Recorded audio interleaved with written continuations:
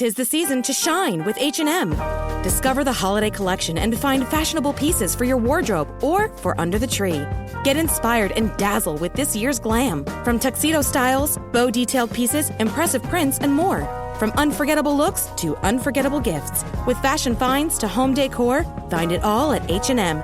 Treat your loved ones and yourself this season. Shop in-store or at hm.com.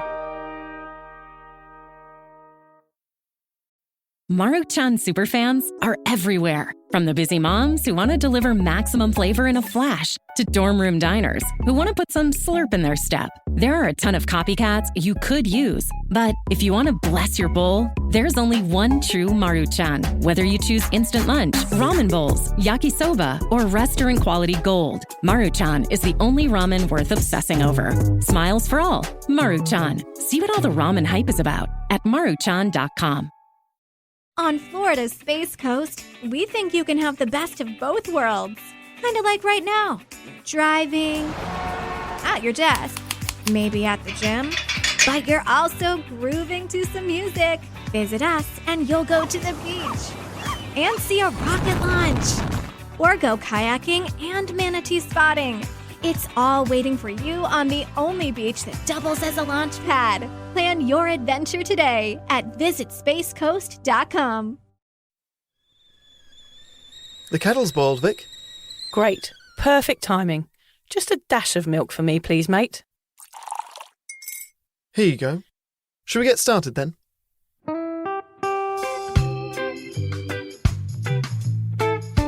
Have you ever woken up on a Sunday morning and said, I'm never drinking again, and then found yourself waving $50 at a barman by happy hour? Are you wondering why everyone else can stop at 1 while you head to a dodgy after-party with a weird bloke called Disco Dave? If so, it might be time to take a deeper look at your relationship with your reliable social crutch, alcohol. On each episode, we'll investigate our own dysfunctional dealings with booze and find out if it's possible to stop this deeply ingrained habit before things get too messy. Yep, we're going to open up a shame shed of humiliating drinking stories to help you understand why waking up from a booze coma each weekend with a kebab sticking out of your top pocket might actually be negatively impacting your health.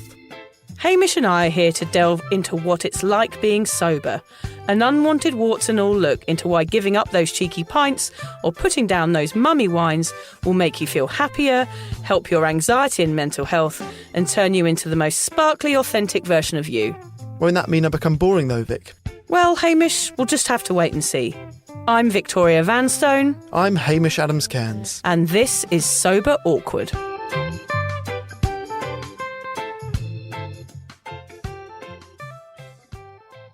So what you're telling me is it looks like bacon, it tastes like bacon, but it's not bacon. What? Yeah, so they call it fakin, and it can help non-meat lovers who still want to experience the pleasure of eating bacon. World's gone mad. Bloody pointless. Oh, he slammed the door on us. Oof, I take it he's not vegan then. No, it doesn't seem like it, does he? He lives on chicken biryani and Pop-Tarts. Yeah. I'm not sure what Pop-Tarts are made of, are you? No, there's none of your 5 a day in Pop-Tarts. No, raccoon skin, I think they're made out of. What is in a Pop-Tart? I have That's no a idea. really It's got to good be question. like brains, mashed up bones, all sorts of horrible things.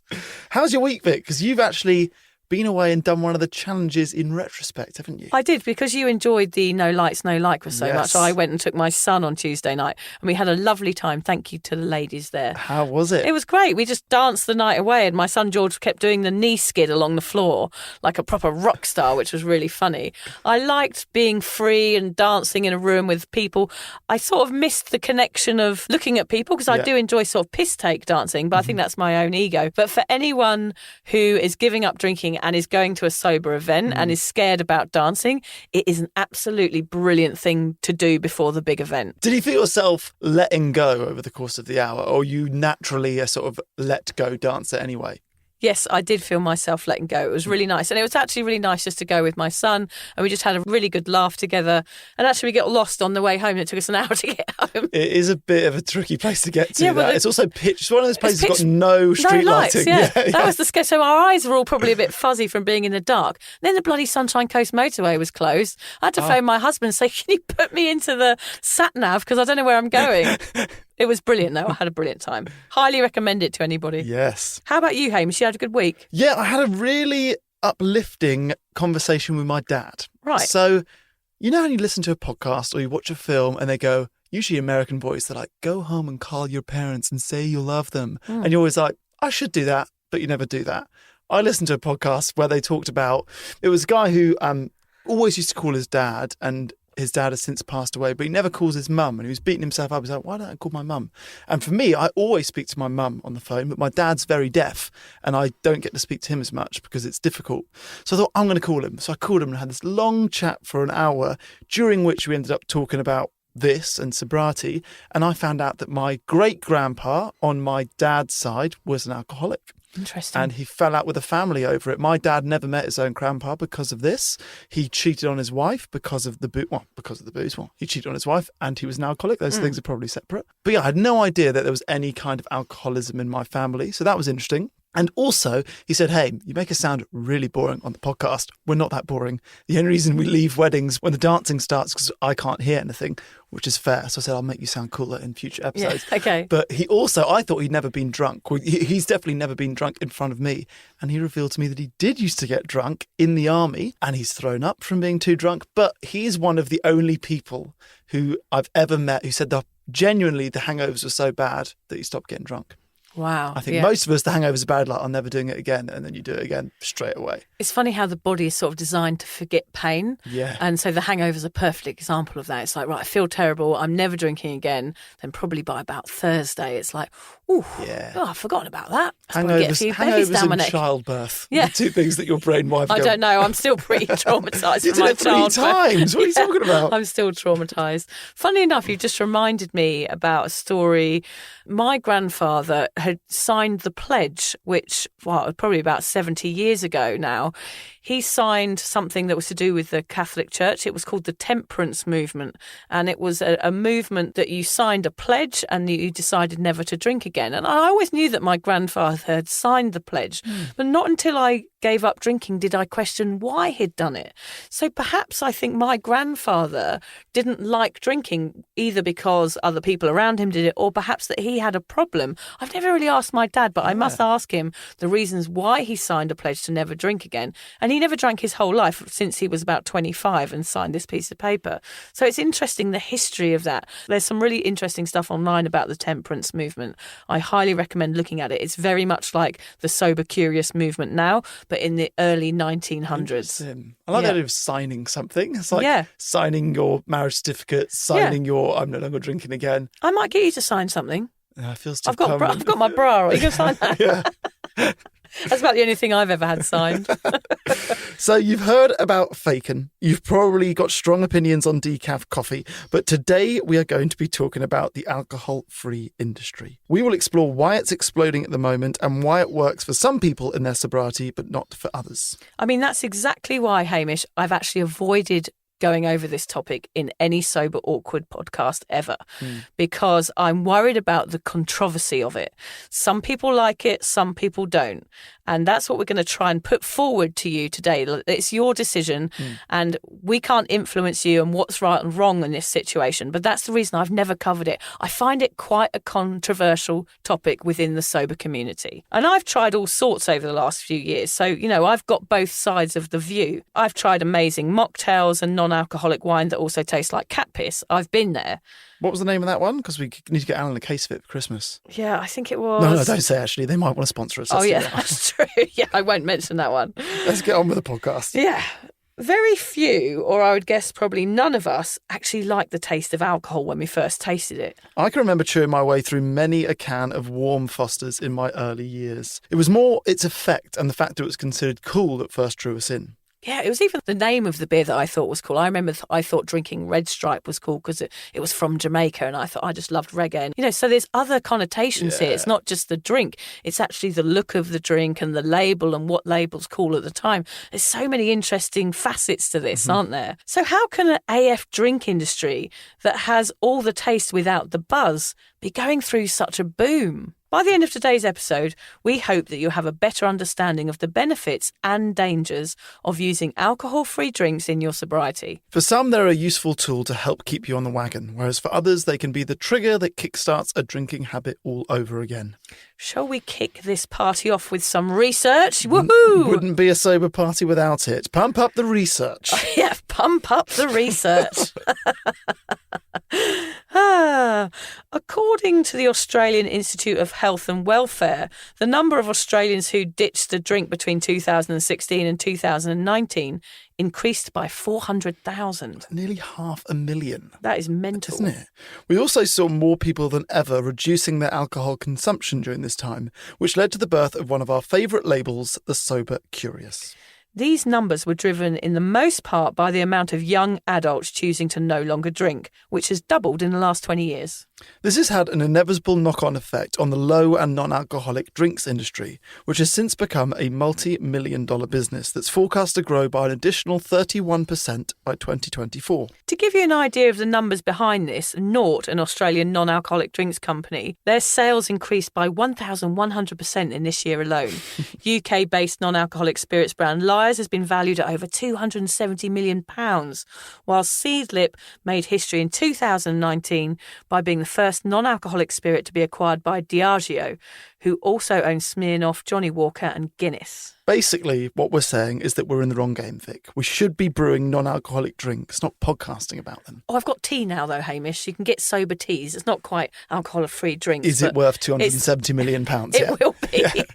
Cup of teas. Early doors. Damn, you might be right, Hamish. I think we are probably in the wrong industry.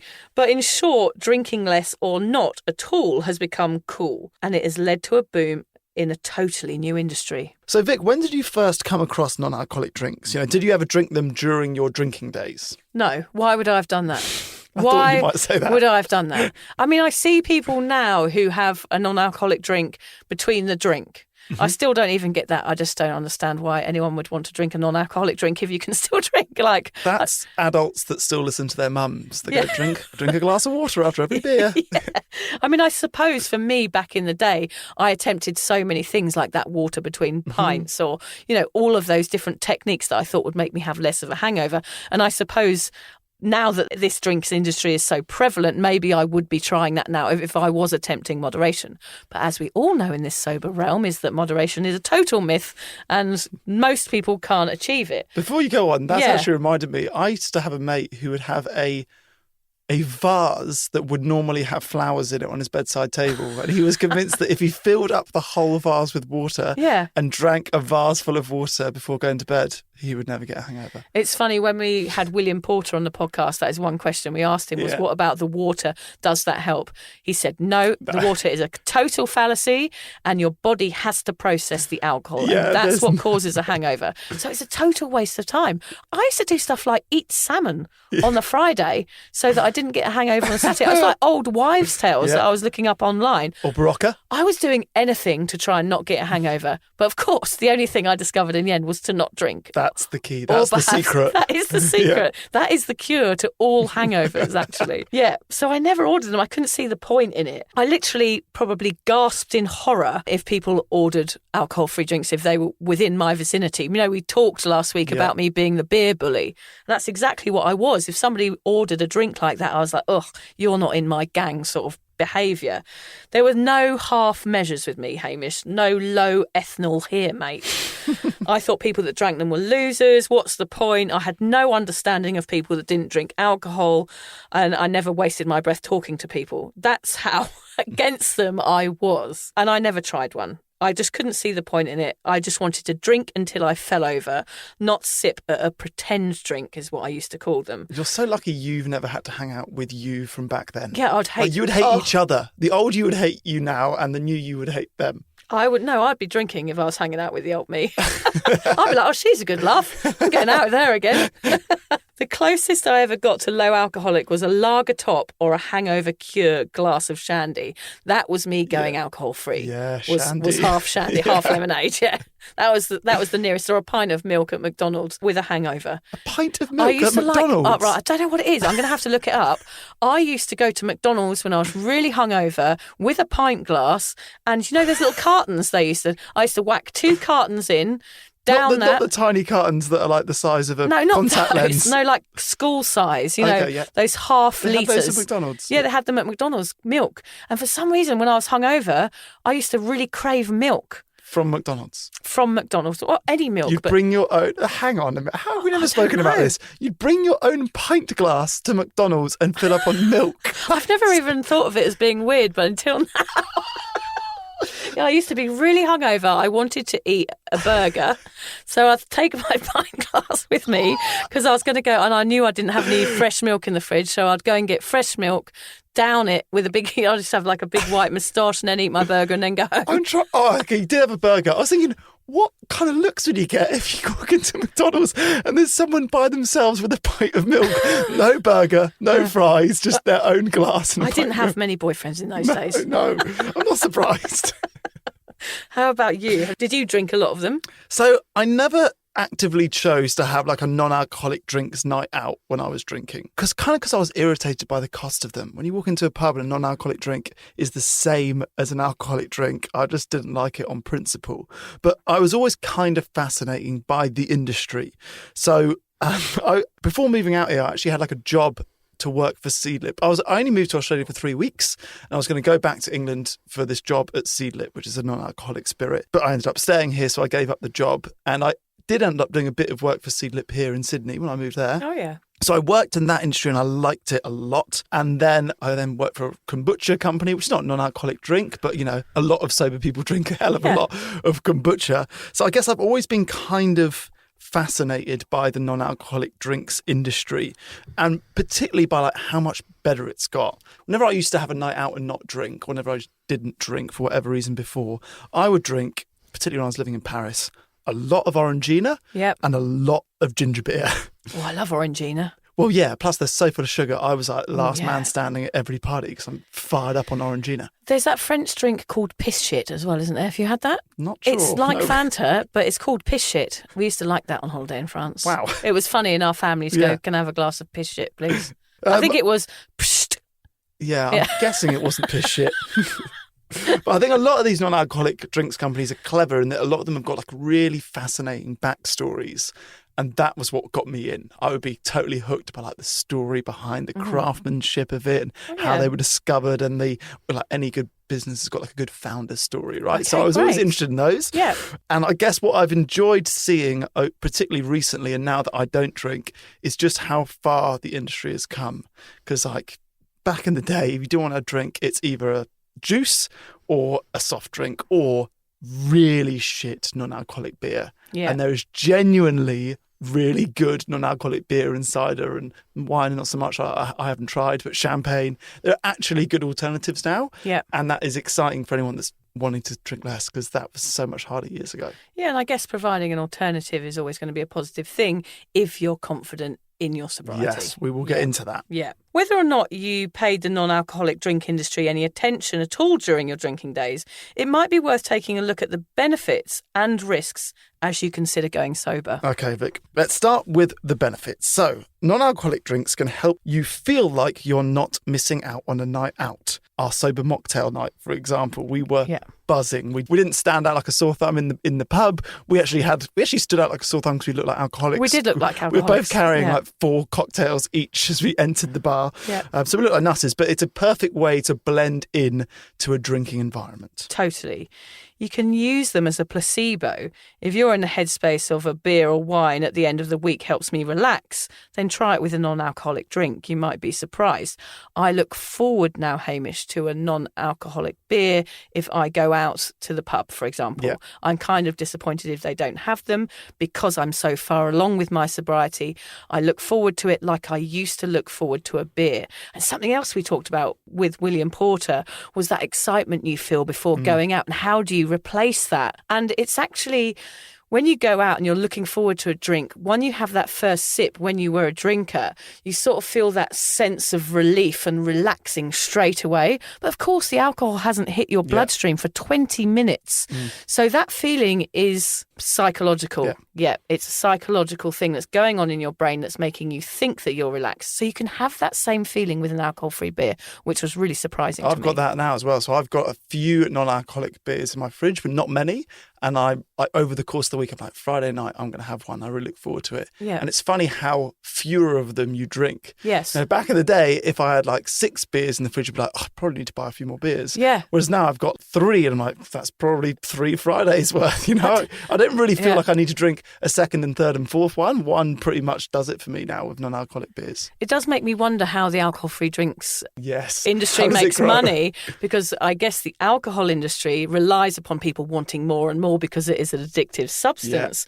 Whereas I know for me, I'm happy to have one alcohol-free beer. I don't want anything else, because it just satisfies that need of me feeling more sociable or more outgoing or more accepted in the crowd. I think what we're saying is that for every one of us, there might be like a binge drinking alcohol-free drinker out there who's just smashing 28 non-alcoholic beers on a night out and keeps them afloat. And I guess someone that was drinking 20 beers and is now drinking 20 alcohol-free beers, it's a step in the right direction, isn't it? Yeah, it's a small step. Yeah. It's a small step.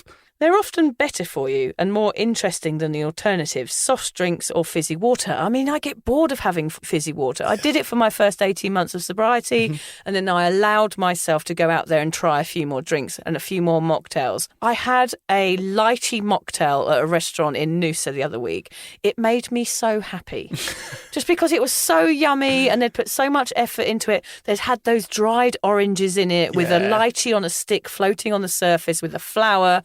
Things like that make me happy now. I'm easily pleased. I think that rolls into my last point, which is that they still feel like a treat. Yes. Drinking a fizzy water does not feel like a treat, but having someone make you a mocktail or hand you a nice ice cold glass with a non-alcoholic beer in it still feels kind of special and exciting. It does, yeah. And people that are going alcohol-free deserve to feel like they're having a treat as well. Yes, but it is important to emphasise the fact that these do not work for everyone. And for some, it can feel like playing with fire. You know the saying, people who live in glass houses shouldn't throw stones. Yes. The same could apply for not drinking alcohol-free beer if you have a problem with beer, for example. Makes sense. They can act as a trigger, and if you identify that this could be an issue for you, you might be better off avoiding alcohol-free drinks altogether, at least for the start of your sobriety. Anyone that has given up booze in order to save money might be shocked by the cost of a lot of alcohol-free drinks. They often aren't far off the cost of the alcohol-full equivalents. Yeah, it's always a difficult dollar to spend when you look at the list, and the alcohol-free drinks are always on the back. They're never in the right spot, and they are the same price as the alcohol ones. You're like, It's because the process is the same, isn't it? Well, that's it. So a lot of them, from what I've learned, are brewed in exactly the same way as you would brew a gin or a beer or whatever it is. But then they have to do this additional step to remove the alcohol. So actually, some of them are more costly than making the alcohol equivalent. So yeah, it sucks, though. It does suck spending a lot of money on an alcohol-free drink. Yes, because I guess you didn't mind when you were a drinker because at least you got a buzz. Yeah. Or we say a buzz, but then, of course, we drifted into a blackout and we're vomiting on ourselves and doing all sorts of awful things. But it's that short-term buzz that we're after. And, of course, you don't get that with an alcohol-free drink. But actually, I must say I do now. I get a buzz because I feel like I'm part of something again. I don't like the idea of representing the culture that I'm trying to avoid, but at the same time, I do see the benefits and the downfalls. And I actually feel guilty now posting a photograph of me or you drinking a non-alcoholic drink because they look the same, so I'm scared it's going to be a trigger for anyone watching, or people think, they're cheating, that's a beer. You go, no, there's no alcohol in that one. So I can see the conflict with it. It's so specific to each individual person.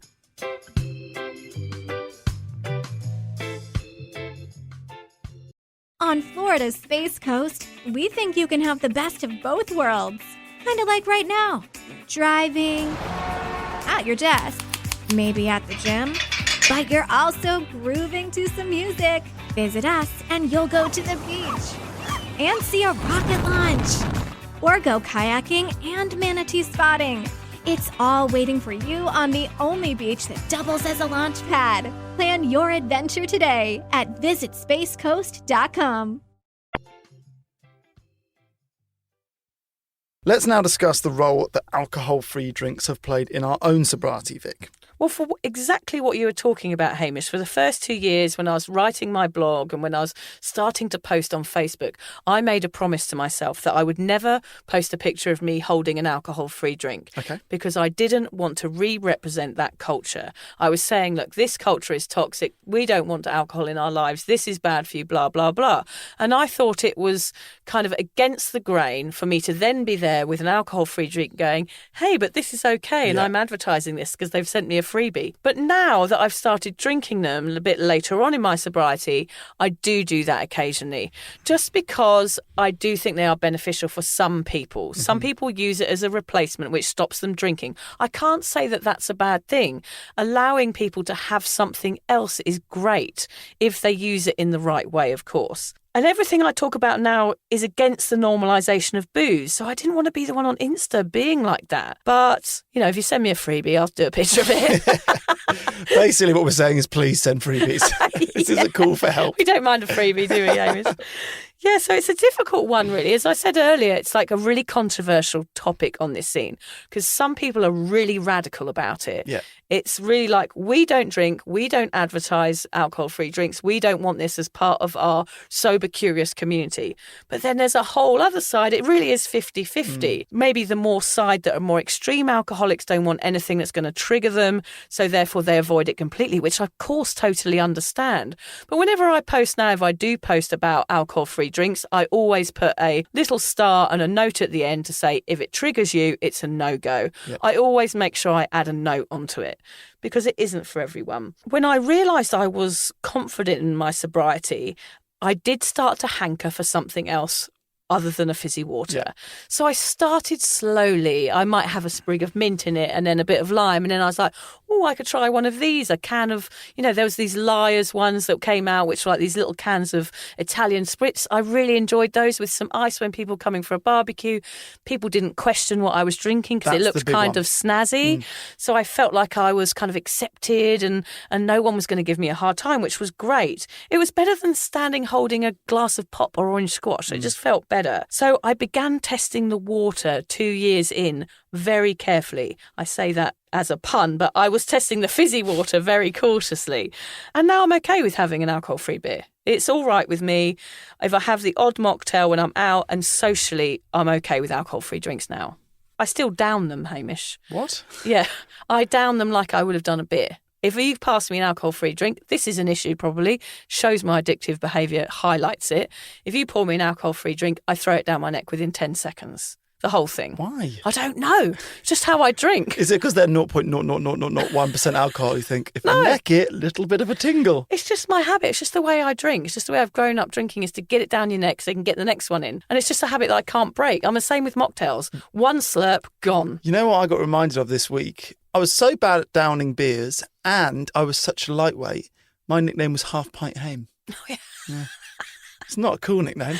It's not good. No. Well, I think it's cool now, Half Pint Hame. Thank you. At least you were a cheap date. Half non-alcoholic free beer pint Hame. Yeah, doesn't quite have the same ring to it, does it? I do think they have their place in this industry as long as people use them wisely and with thought as a replacement or a prop. I also think it's great for young people, for those wanting to fit in socially, for those wanting to have a break between their drinks so they don't get as drunk, especially for teenagers and things like that. I think it's probably a great alternative for them. And I think promoting any sort of healthier choice socially is a good thing. If people aren't drinking as much, well, yay. Basically. Yep. I just wanted to tell a quick story and so that those listening could heed my warning. I was out with 5 other sober women down in Brisbane one night and we were sat at a restaurant and ordered the alcohol-free Peronis and the waiter gave us the wrong one. And it was only after I was with Lucy and it was only after a couple of sips that she realised that it was a full-strength beer and they're just messed up. There's a Legra and a Libra. Libra is alcohol-free, Legra is light. So it still has alcohol in it. So it's very, very easy to get that confused. And the waiter had done so. It wasn't his fault. It was an easy mistake to make. Oh, I just wanted to say to the listeners, check your labels because you've given up drinking. I mean, it wouldn't matter probably if you accidentally took a swig. I've done that with my husband's beer before. I thought he had an alcohol-free beer. You don't have to put the numbers on your counters back and all that kind of business. You can still be on whatever day of sobriety you choose to be. But just be aware of those labels and make sure it's okay. And for some people, that 0.5, they get scared of drinking those because the 0.5, it's showing a tiny bit of alcohol, but that's actually the same as a banana. So all fruit and I think some other vegetables have a certain amount of alcohol in them naturally. So I still drink the 0.5s, which is not for everyone, but it is the same as a banana. So it makes it a little bit more approachable. Well, I had a near miss this week as well. I've got a few alcoholic beers in my fridge still. If anyone wants to come over to mine, I can say, here's a normal one for you and a non-alcoholic one for me. And I opened one and I poured it and then I went to take a sip. And just before I sipped it, I saw the can. I was like, oh, bollocks, that's the alcohol one. Yeah. And I had my wife there and my mother-in-law there. I said, oh, one of you guys can drink this because they were drinking wine. I said, one of you guys can drink this and I'll have my non-alcoholic beer one. And neither of them wanted it. Yeah. And I really struggled to throw it away. Yeah. Mainly because of the waste. I discovered I hate waste as much as I don't want to drink anymore, if that makes sense. Like, it was like a level playing field. Part of me wanted to drink it, not because I was dying for a beer, but because it was such a waste. Yeah. And I had to, they didn't drink it. So I had to pour it down the drain and then pour the rest of the can down the drain. That was hard to do. It took me a long time. I did all the washing up. They went off to the TV room. And then eventually, the last thing I did was pour it down the drain. Would you have been the same if it was a can of Fanta that you'd poured down the drain? Yes. You would have been. Just waste. The idea of opening it and then pouring the whole thing away, it didn't sit well with me. It wasn't off. That's funny. Yeah, so it was a weird thing to realise about yourself. But for me with non-alcoholic drinks, I've not drunk as much of them as I thought I was going to. I sort of joked that I would be keeping the non-alcoholic beer industry in business on the Sunshine Coast the day that I gave up. But I've been surprised, really. If I go to a restaurant, I would have one. If I went to a pub, I might have one. I've not been to many pubs recently.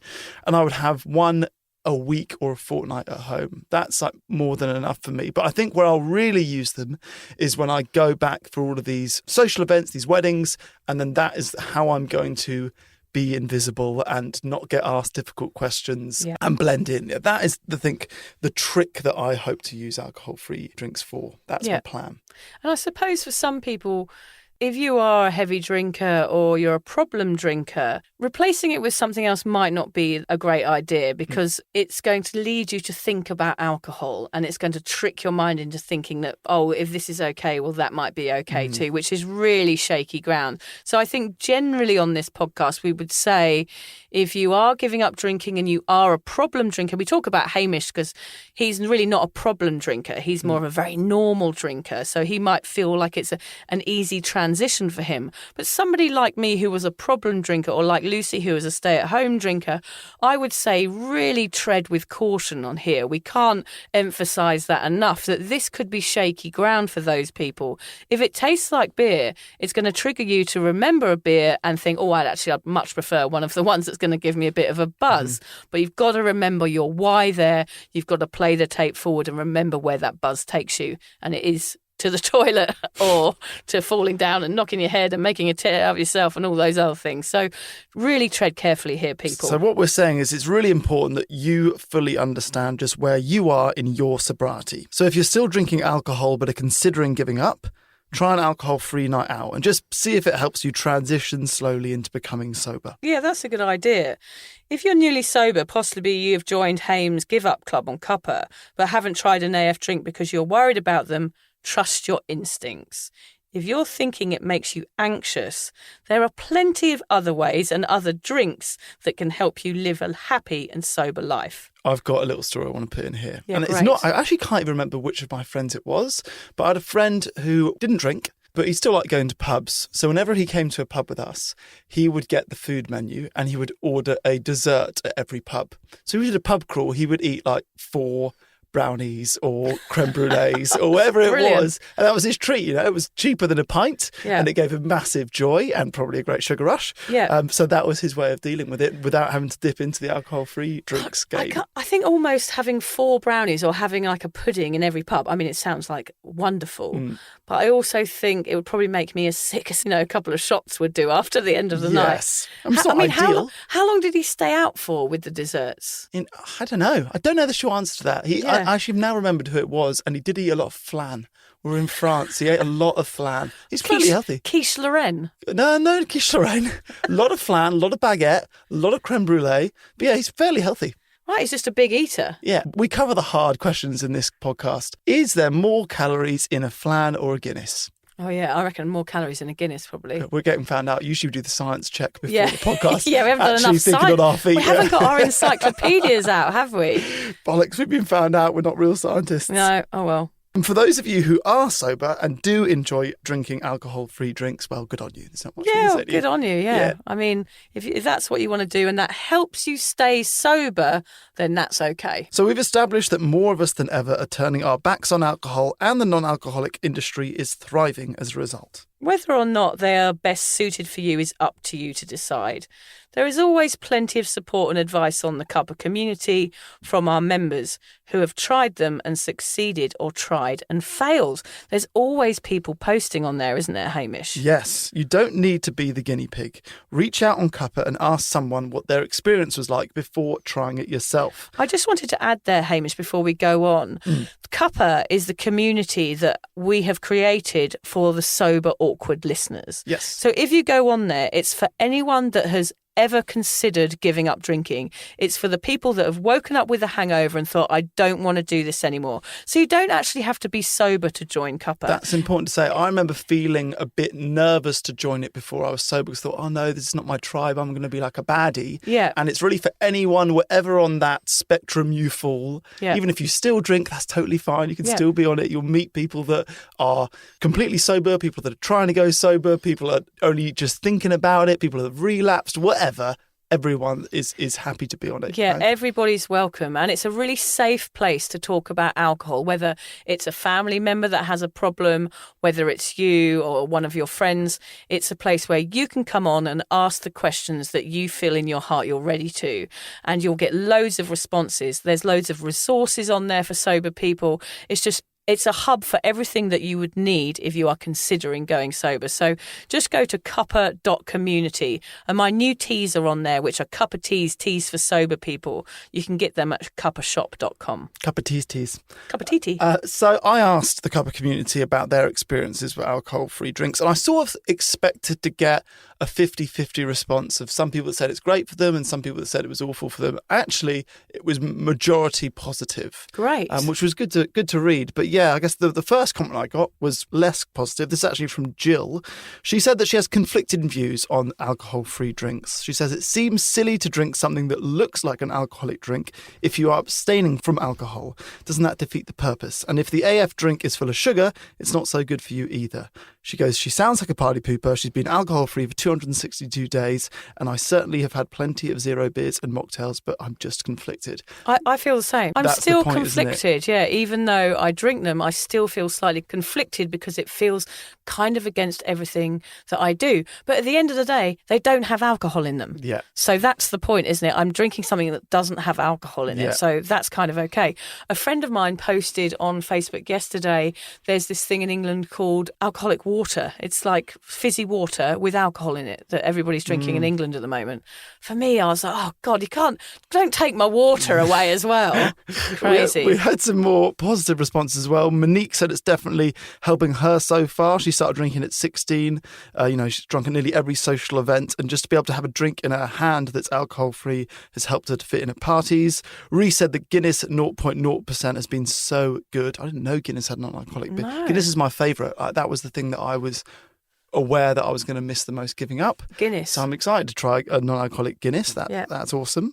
Amanda, she said she's been sober for 5 years and never got into alcohol-free drinks. So you can do it without alcohol-free drinks. More than enough people have done that. So lots of responses, both mainly positive. The nice thing about Cuppa that I found is whatever your experience and whatever your feedback, it's such a supportive community. Like everyone's so forgiving and understanding and leans in with their own experiences and their own wisdom. And it's a really lovely place to try and figure out where you fit in this sober world. Yeah, and actually you realise by being on there that everybody fits in somewhere into this. And everybody in the whole world has at some point questioned whether they should be drinking or not. And that's what makes it such a safe and friendly environment. And we do this amazing thing on Fridays, which is like the Friday member blog, where people come and share their stories. And they're what really resonate with people, because it makes you understand that you don't need to have shame about being an over drinker or a normal drinker or a problem drinker, all of these labels. All that matters is that you're trying to do something to change. And that's what we talked about on this podcast and the last one, is that it's up to you, the changes that you make and the choices that you make. And whatever it is, if it's healthier and better, then we're going to be accepting of it. Yes. We usually end these episodes with a quote. I had quite a lot of fun doing the research on this, so tell us about the memes. Oh yeah, memes and the internet have not quite caught up with the benefits of non-alcoholic drinks, although a few of them are quite funny and worth retelling. This one made me laugh. Non-alcoholic beer is like a vibrator without batteries. It fills you up but lacks the buzz. Basically, that's exactly what we were saying. Yeah. My other favourite one, which I haven't figured out if it's necessarily a pro or anti-booze quote, is the one I'd like to finish this episode with. So it's this. When I drink alcohol, everyone says I'm an alcoholic. But when I drink Fanta, no one says I'm fantastic. You are fantastic, Hamish. You are fantastic. With or without the Fanta, we think each other are fantastic. Only because we've done breath work and had a big hug today. We're like bonding We're today. feeling the love. We're bonding. So, it's challenge day, Hamish. It is challenge day. Yay. I'm nervous. Yeah, don't be nervous. It's a good one. Okay. Yeah. They're all good ones. They're all pretty good. Yeah. I mean, yeah, you're pretty good at getting yourself out there and proving to everybody that sobriety is cool. This week, I'm going to send you to a sound healing session. Oh. We've done our breath work. We've done the dancing in the dark. We've done the free hugs. Yes. Now you're going to go and set your mind free in a sound healing session. What does this involve? I think it involves you as a bit of Reiki, a bit of lying down on the mat and being at one with yourself, handing yourself over to the spirit goddess, probably. Beautiful. Maybe a bit of womb action. Yes, I've been That's missing not out on sex. that. I've been missing out on womb action. Yeah. My womb has gone untouched for too long. When you have a new baby, you do tend to miss out on a bit of womb action. Let's not get it into it. I don't want to get in trouble. I know.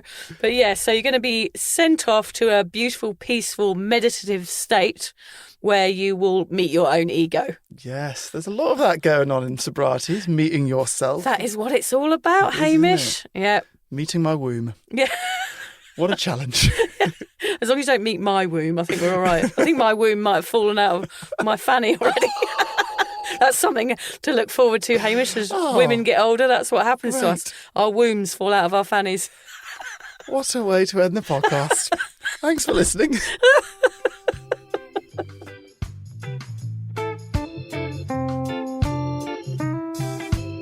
If you're questioning your relationship with booze, you're struggling to moderate, or your hangovers are causing anxiety, it might be time to reach out for some support. Yeah, just talk to a mate about how you're feeling, contact a local doctor, find an AA or sobriety group. Vic's got one. Yeah, just head to www.cuppa.community. Remember, if you're questioning yourself, it might be time to seek support. Even though this journey can be awkward, it is definitely worth it. And if you've enjoyed the Sober Awkward podcast, don't forget to review it, rate it, and share it with your mates. Do they have to share it with their mates? Yeah, of course they do. I'm not doing this for nothing, Hamish. Bloody hell. How do they share it? I don't know, just write it on the...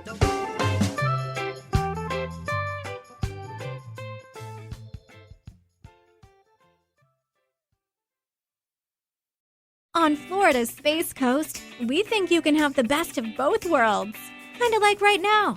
Driving, at your desk, maybe at the gym, but you're also grooving to some music. Visit us and you'll go to the beach and see a rocket launch. Or go kayaking and manatee spotting. It's all waiting for you on the only beach that doubles as a launch pad. Plan your adventure today at visitspacecoast.com.